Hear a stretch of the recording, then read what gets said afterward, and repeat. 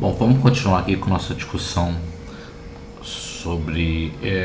Eu vou entrar em formas diferenciais, mas antes de propriamente dito entrar em formas diferenciais, eu quero voltar um pouco uma discussão sobre áreas, volumes, jacobianos, determinantes, que isso vai motivar a gente a entender o porquê que nós estamos introduzindo o conceito de formas diferenciais.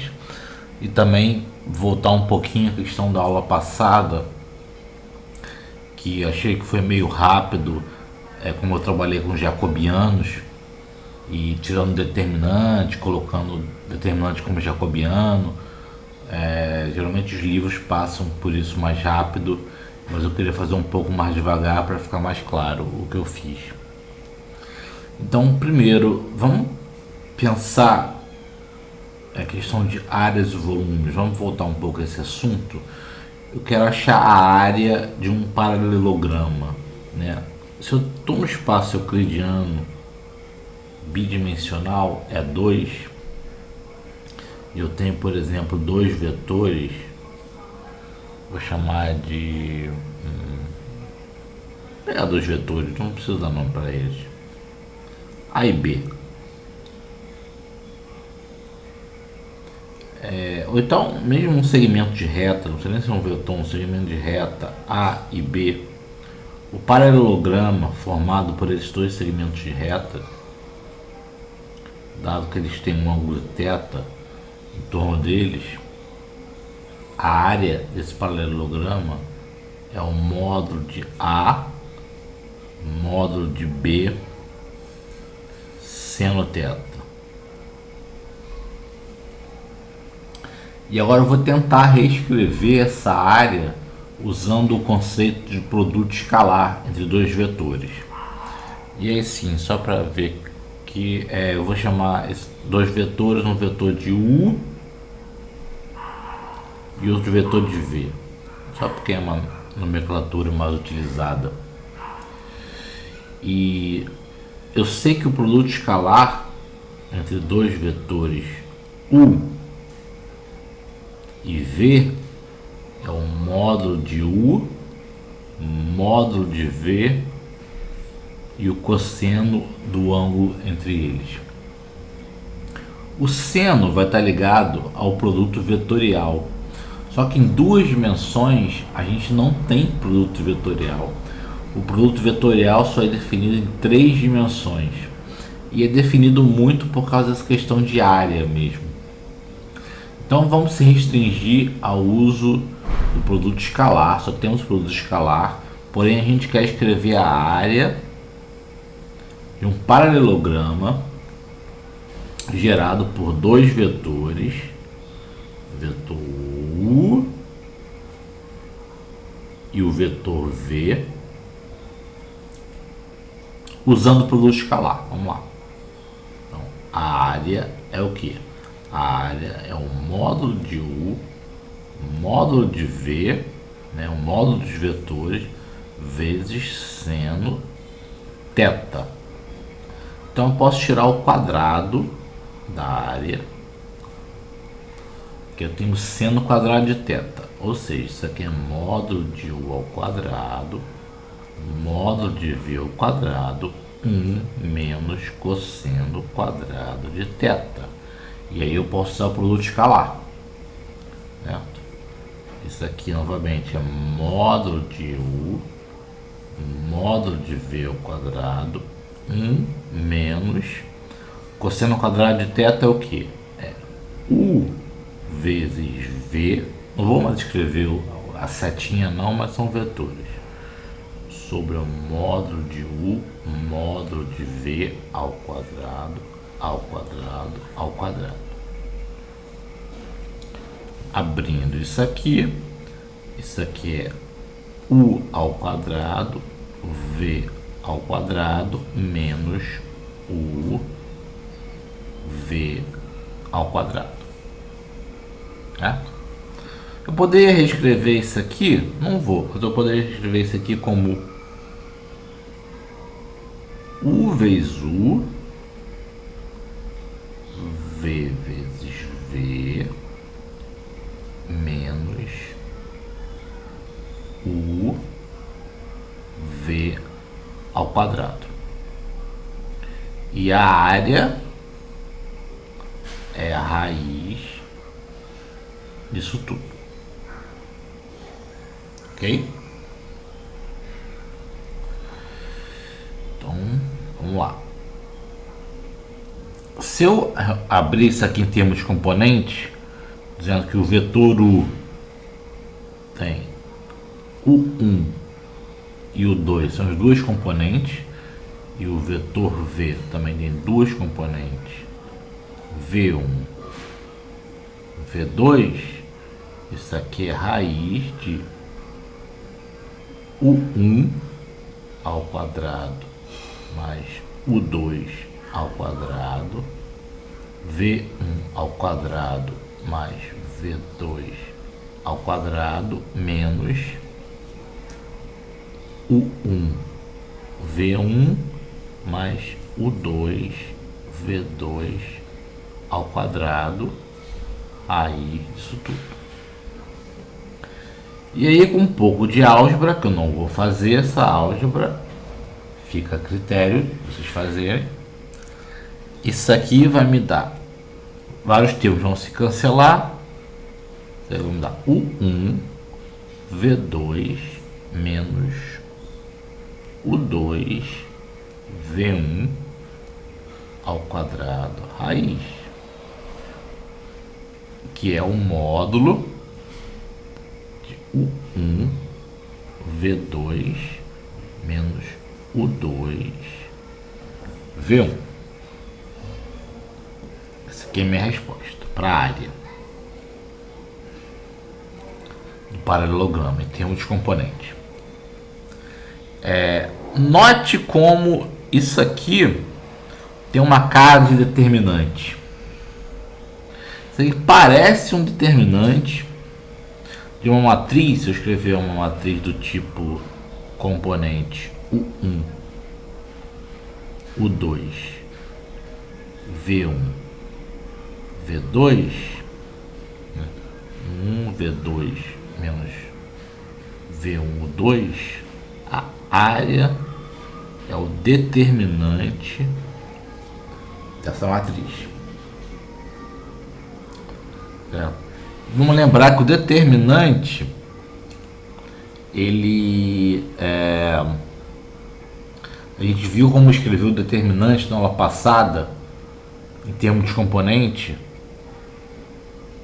Ele tem alguma relação, vou botar um tilde, relação com permutações e objetos completamente antissimétricos. A gente viu que a gente pode escrever em termos do epsilon, no caso era o epsilon tilde. Então, eu quero estabelecer uma relação, que eu não estabeleci ainda, só estou dando dicas, entre áreas ou volumes, né? Porque em duas dimensões isso aqui é o volume. A relação entre áreas, volumes,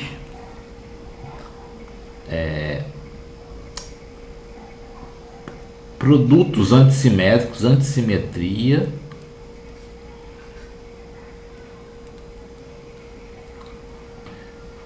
e determinantes.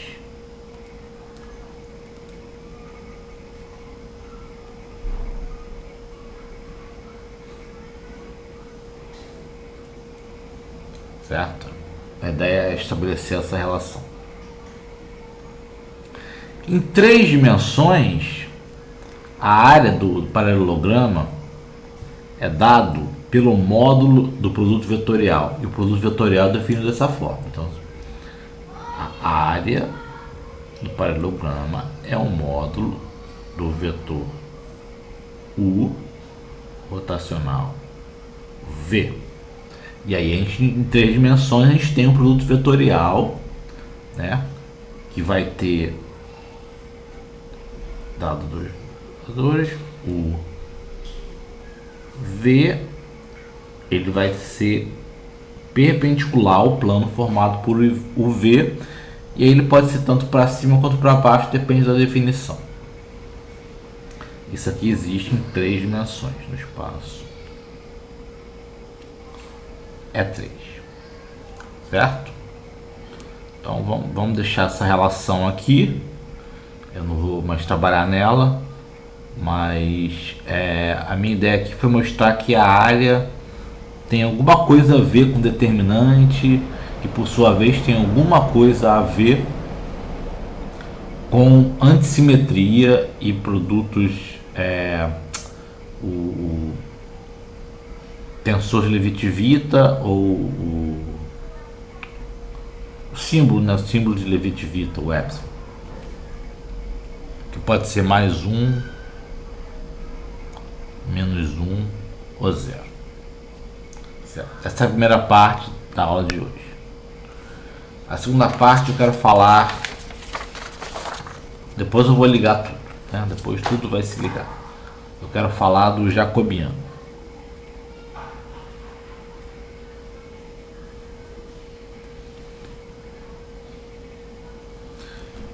O que é o jacobiano? Bom, o jacobiano tem uma definição, mas uma das utilizações dele é quando a gente faz transformação de coordenadas. Então, como é um assunto que eu sempre me enrolo, eu vou colar um pouco aqui. Vamos dizer que eu tenha um sistema de coordenadas UV e eu faço uma transformação para outro sistema de coordenadas XY. Tá? Em UV eu tenho um quadrado.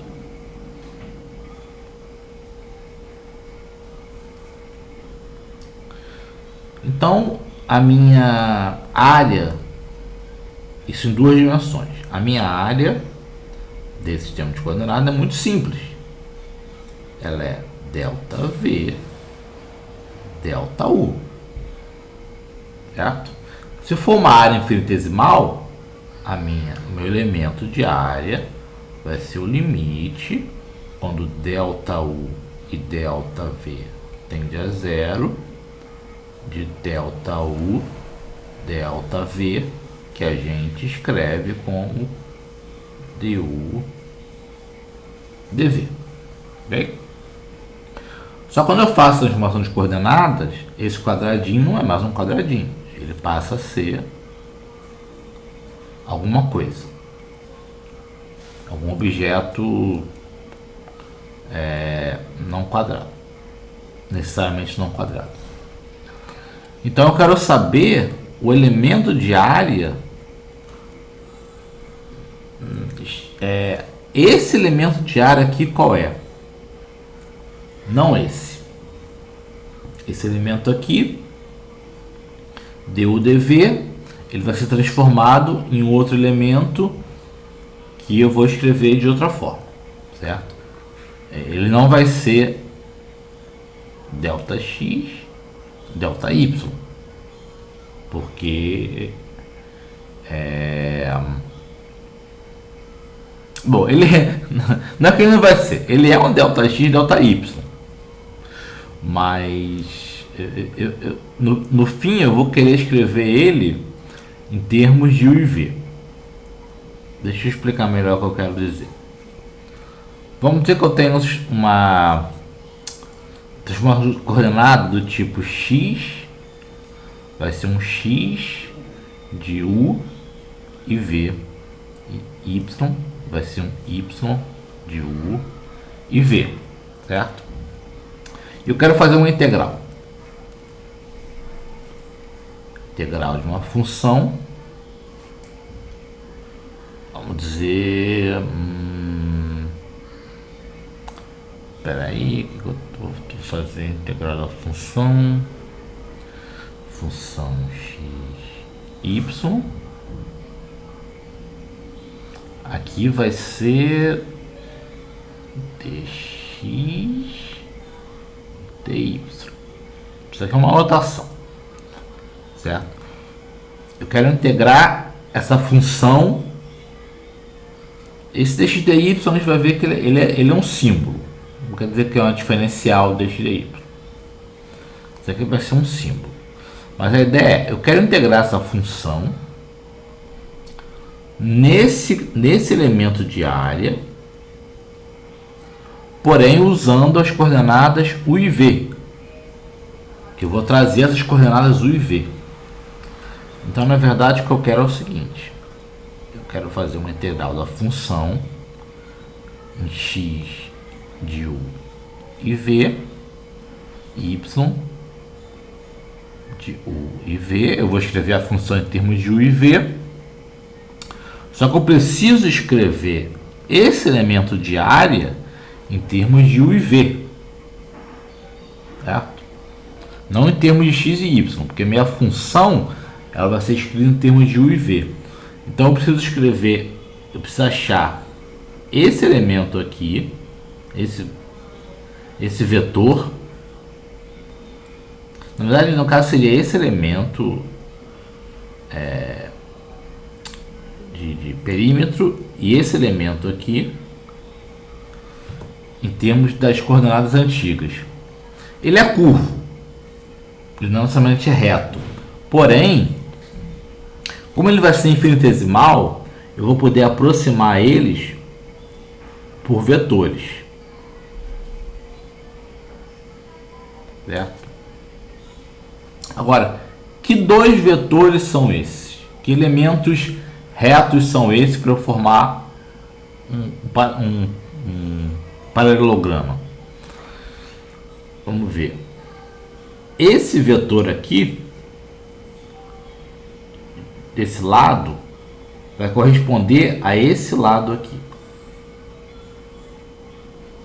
E esse vetor aqui, desse lado, vetor tangente desse lado, vai corresponder a esse lado aqui.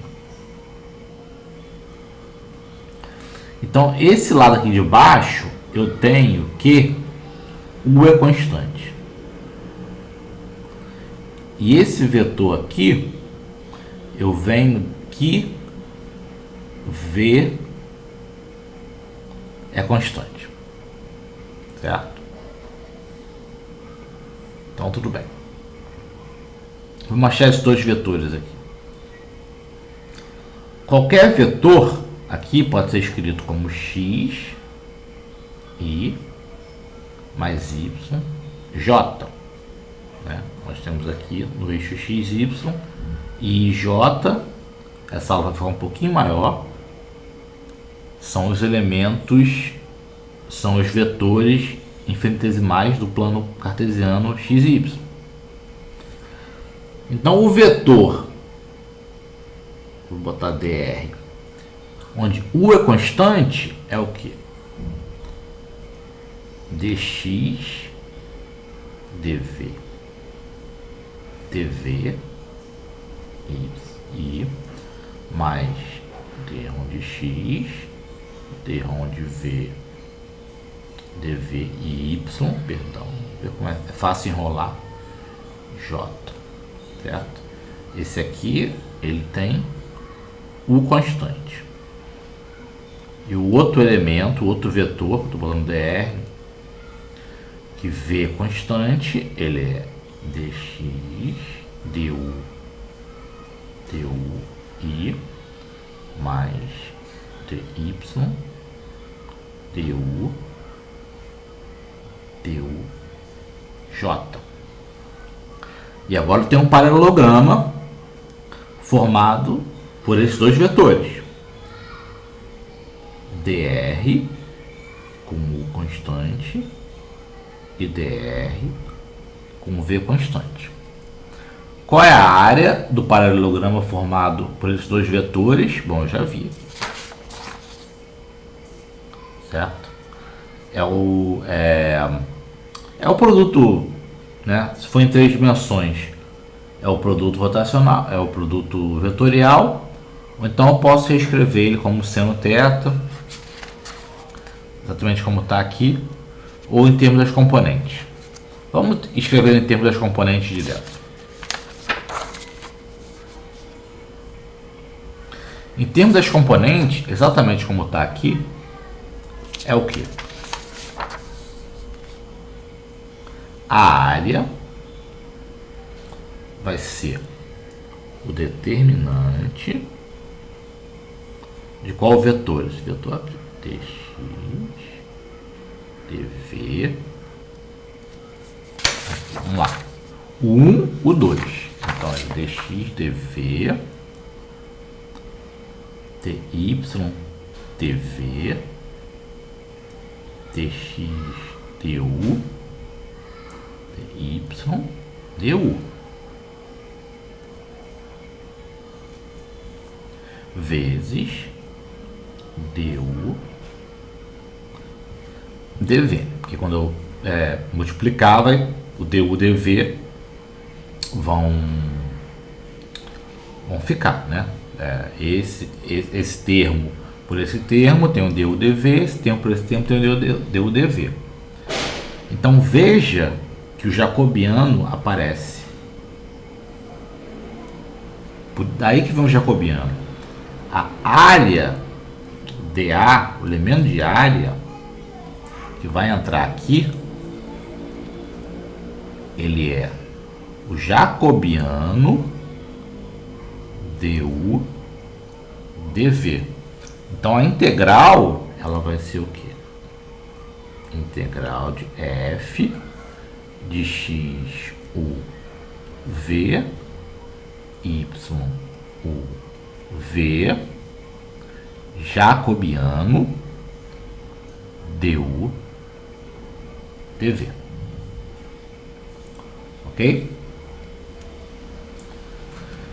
Na próxima aula eu vou continuar com o jacobiano, que eu quero primeiro explicar melhor a última aula que a gente fez, a questão da métrica com o jacobiano, e também ver exatamente o que são, como é que eu devo escrever esses termos aqui, esse du, dv, o que ele é? Ele é diferencial realmente? A gente tem que tomar cuidado com o que a gente escreve aqui, porque por causa do jacobiano.